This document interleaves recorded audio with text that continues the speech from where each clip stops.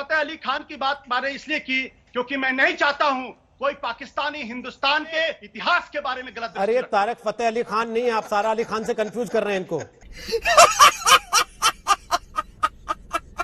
Hold up.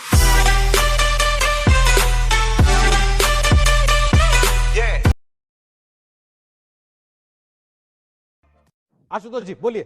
नहीं, मैं तो संगीत रागी जी के प्रलाप को सुन के बड़ा खुश हुआ कि कम से कम ये जो सच्ची बात बोलने की इन्होंने हिम्मत कर रखी है। तो आइए इतिहास के ऊपर बात कर लेते हैं ना। आज आपके बारे में भी कह रहा हूं सर। मैं तो इतिहास के बारे में बात कर लेते हैं ना आज।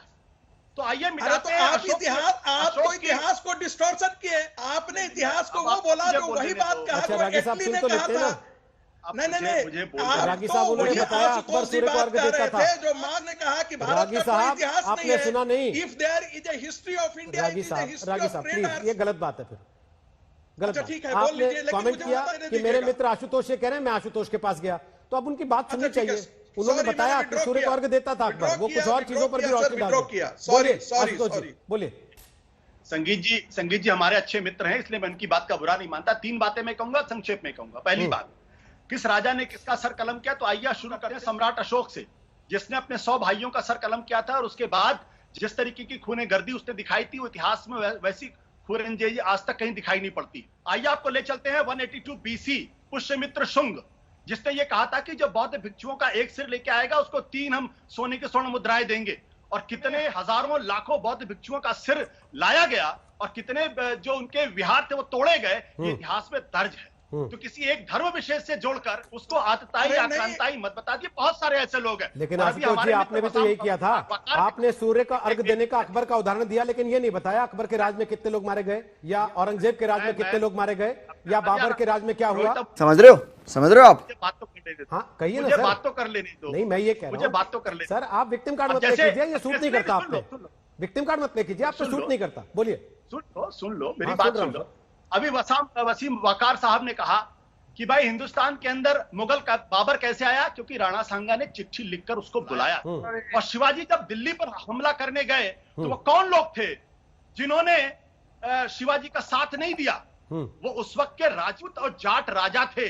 अगर शिवाजी का साथ दे दिया होता तो मुगल सल्तनत बहुत पहले खत्म हो गई होती और वहां पे मराठों का शासन होता, हिंदू राज होता। दूसरी बात मैं कहना चाहता हूं, और मैं चाहूंगा कि मुझे इसका उत्तर देने दीजिएगा। बाबा साहब अम्बेडकर का जिक्र किया है, तो बाबा साहब अम्बेडकर ने यह भी कहा था कि हिंदू राष्ट्र इस देश के लिए सबसे खतरनाक चीज है और इसको हर हालत में रोका जाना चाहिए। तो भाई साहब आप इस बात को भूल जाते हैं। और तीसरी बात मैं बताना चाहता हूं, इसी विज्ञान भवन में आरएसएस के प्रमुख मोहन भागवत ने कहा था बिना मुसलमानों के हिंदुत्व की अवधारणा नहीं की जा सकती है। तो जरा जाके भागवत साहब को समझा दीजिए भागवत साहब क्यों गुलामी की मानसिकता मुसलमानों को साथ लेकर चलने की बात करते हैं और उनके पहले हिंदुत्व की अवधारणा की बात नहीं करते। सर रोहित जी मैं इसका उत्तर देना चाहूंगा, जरा उनसे पहले तारक फतेह से कमेंट ले लेता हूं।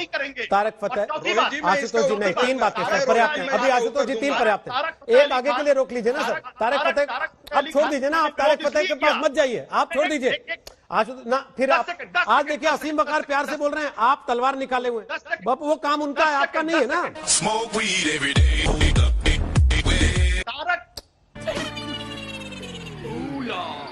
तारक फतेह अली खान की बात मैंने इसलिए की क्योंकि मैं नहीं चाहता हूं कोई पाकिस्तानी हिंदुस्तान के इतिहास के बारे में गलत। अरे तारक फतेह अली खान नहीं, आप सारा अली खान से कंफ्यूज कर रहे हैं इनको।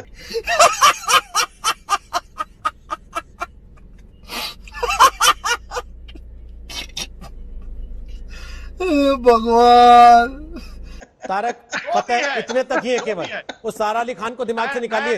तारक फतेह कोई पाकिस्तानी जो मैं जान रहा हूं सर, आप आजकल आप भी सुशांत सिंह राजपूत पे काफी इन्वेस्टिगेशन कर रहे हैं सर, मैं जान रहा हूं, इसलिए सारा अली खान से कंफ्यूज कर गए आप इसको।